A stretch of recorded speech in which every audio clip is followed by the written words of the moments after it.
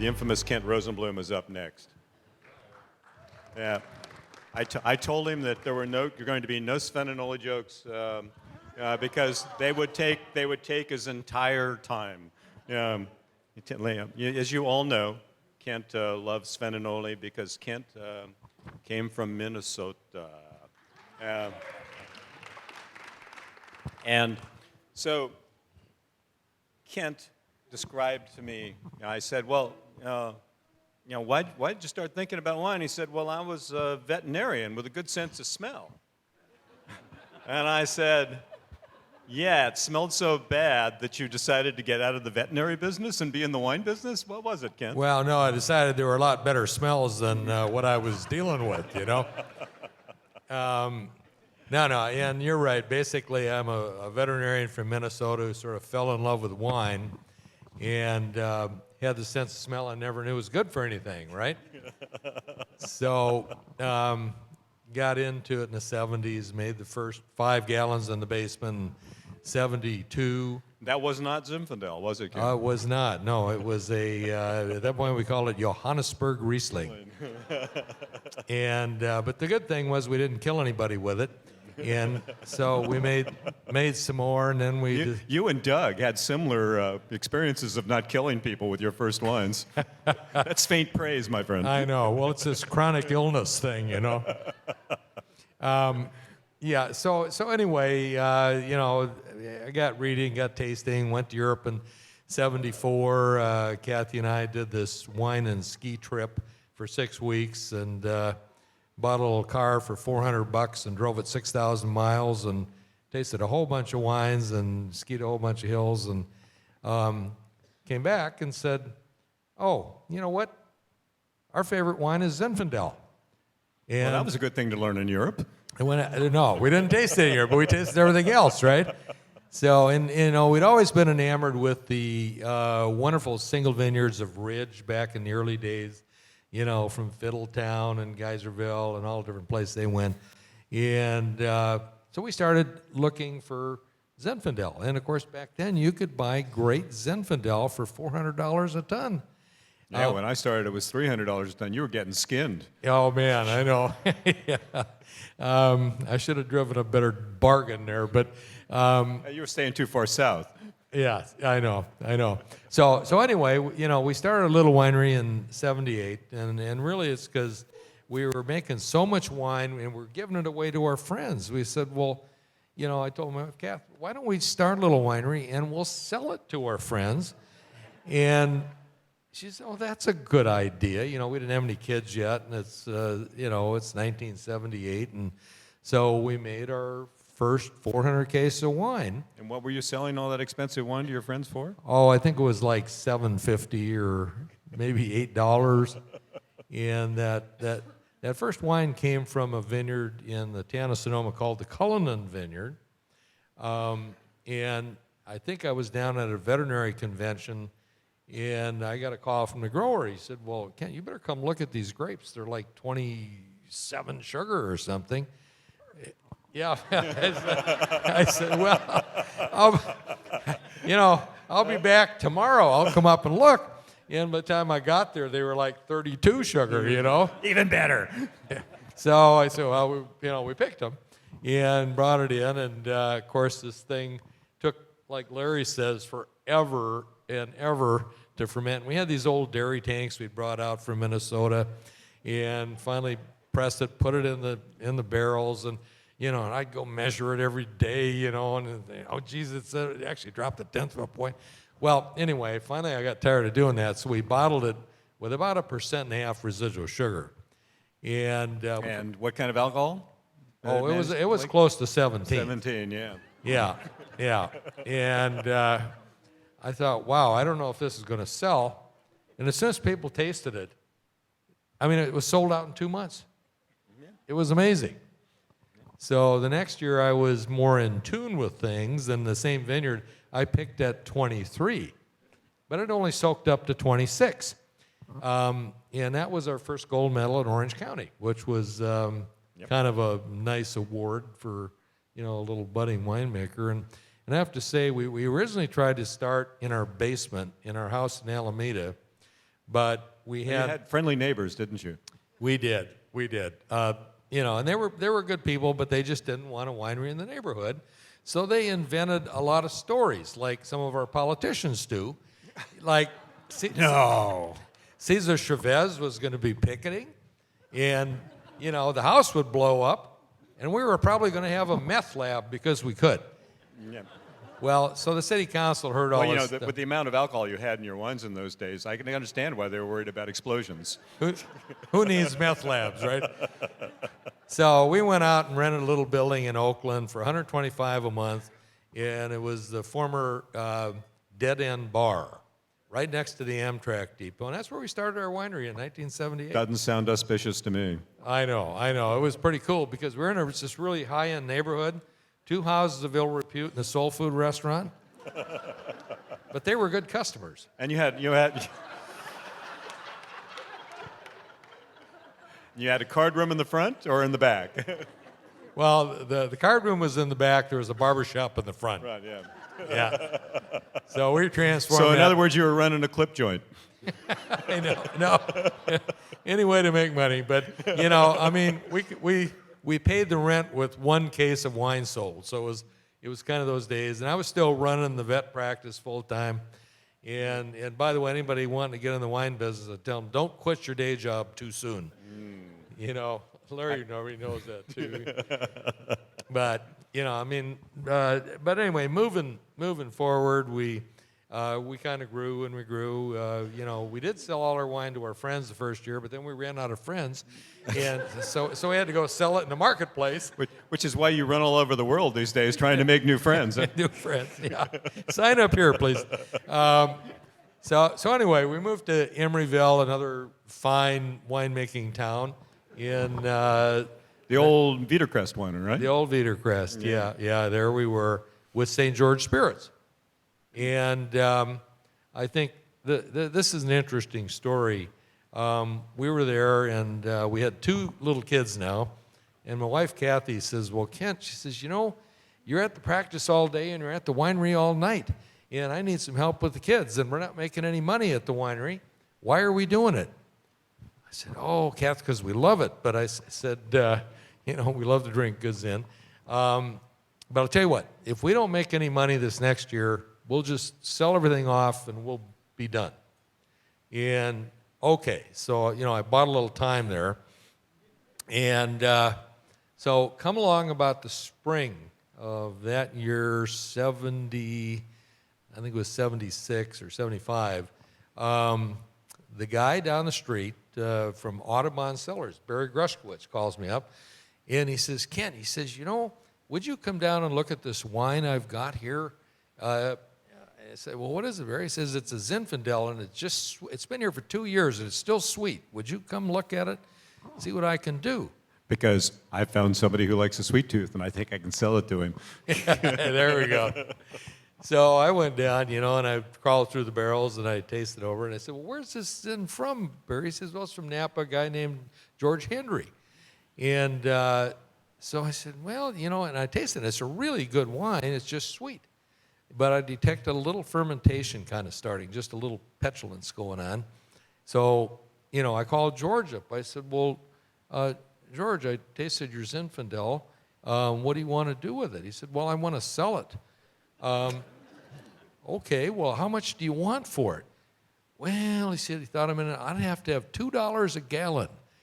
And, okay, George, let me get back to you. So, there was 10,000 gallons, and I didn't have $20,000 sitting around.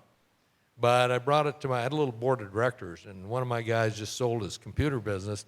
He said, "I'll loan you the $20,000, So we bought the wine, brought it back, and there was this giant tank out back of St. George Spirits. Pumped it in there, and I had another barrel of fermenting Zin in the basement. I pumped in there, and this thing took off and just fermented like crazy, and went totally dry. And it was this monster, wonderful wine, and I put it back down in barrels. Well, then comes along in the fall the invitation to send wines to the San Francisco International Wine Competition, and I didn't have any. But I went down I said, "Oh, wait a minute, I've got this wonderful wine in a barrel." So I pulled barrel samples, 6 of them, slapped some would-be labels on, put a foil, a cork, sent it to the wine competition, you know, not really thinking much about it. So about a month later, I'm in surgery in my clinic, and my receptionist comes. She says, well, Dr. Rosenblum, this guy is on the phone. He's really excited. I think you ought to take this call. Oh, I said, who is it?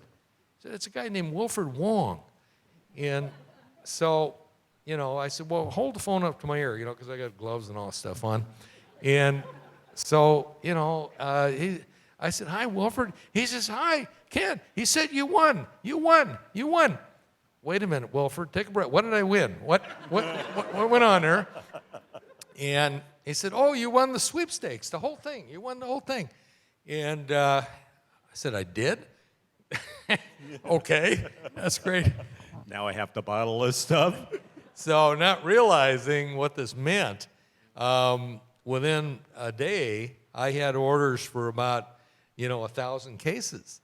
And this was really expensive. This was like $12 a bottle.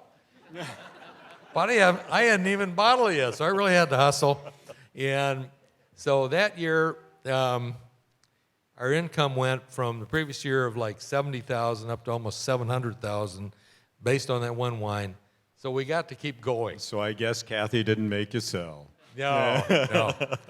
So anyway, that was kind of a little defining moment. But of course, George and us became great friends. And George called me up. He said, I want to start a partnership with you. I'll give you the grapes, you make the wine, and we'll split the profits. I said, wow, that's great. Here I don't have to pay for the grapes. So about 2005, I hired a new CEO. We were then in Alameda, and he came to me and he said, Kent, he said, you know how much we're paying that guy, George Henry, for the fruit? I said, well, no, it's just been a deal. We just always do this. He says, you're paying him $7,000 a ton.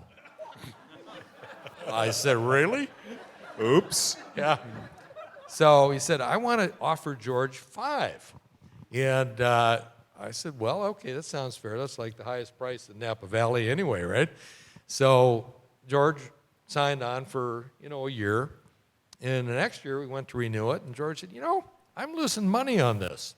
And he had his own winery then, so I'm going to make it myself. So we kind of lost the Henry Vineyard for a couple of years till 2008 came around. And then George called me. Ken, you want some Zinfandel grapes? And I said, well, where's it from? Is it the old Block 7? No, it's the Block 29. It's old vine from the Brandon Ranch. It's all this great stuff. I said, okay, George, but I only want to pay $3,000 a ton. Oh, he said, I got to think about that. Next day he called back and said, okay. So really, it wasn't a great loss. By that time, you were making a whole bunch of vineyard designated wines. Kent, so at your peak, how many vineyard designated wines did you make? Oh, we had like 24. 24, yeah. You had a lot of vineyards then. Yeah. So you actually carved yourself out a place in sort of the Zinfandel flavor zone that were very sort of emblematic Rosenblum ones. They had that richness and that texture and that really nice flavor. And made people pretty happy, I think. So that's the goal. You went along. You came up with a Vintner's Cuvée. You had this cuvée. You had this long success, and then one day you decided I've had enough.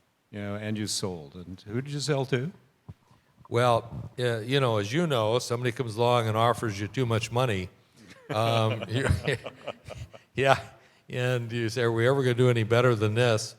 And, we thought no.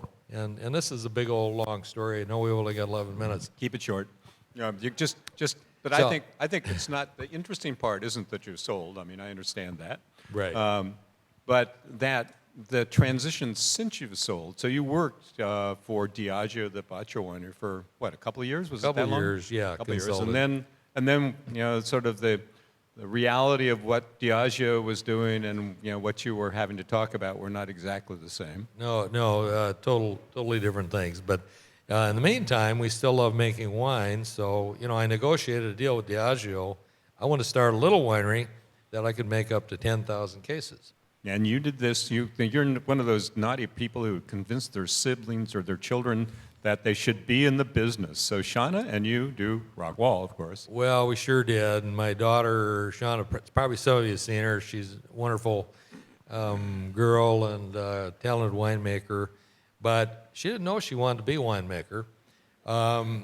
We started actually, she started working at the winery when she was 12 years old on the bottling line for $5 an hour. And she brought all her friends. They thought they were, in Fat City. This was the greatest deal since sliced bread. So, a little slave labor and this and that and the other thing. But eventually she came and worked every summer, and she worked with all our wine people. She was running pumps and doing blends, and she would sit in on the blending. So she had a good palate. But she wanted to be an artist, a little like Dave, I think. She majored and got her master's in fine arts in sculpture, and what the heck was it? One other art deal. And so when she graduated in '08, when we started Rockwall, I said, well, Shauna, art jobs are not that easy to find. Why don't you come over and help us at the winery, and Be a wine artist. yeah.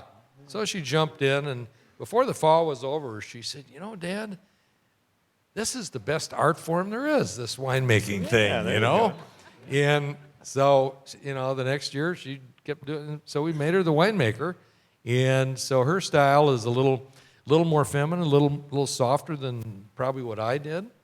But anyway, we've grown to now 25,000 cases. So you've got that, and the fate of Rosenblum was to be acquired by Treasury, and then Treasury decided they didn't want the Rosenblum brand, so it was acquired by Franzia, and Franzia came to Kent Rosenblum and said, how would you like to buy your label back for $5 million? Is that right? Well, actually, Treasury asked me that. Oh, Treasury asked you that. Yeah, and I said, well, what do I get for $5 million? I said, I want to see what you got there. And there was 250,000 cases of wine. If it was any good, it would have been a great deal. But anyway, before I could even taste the wine,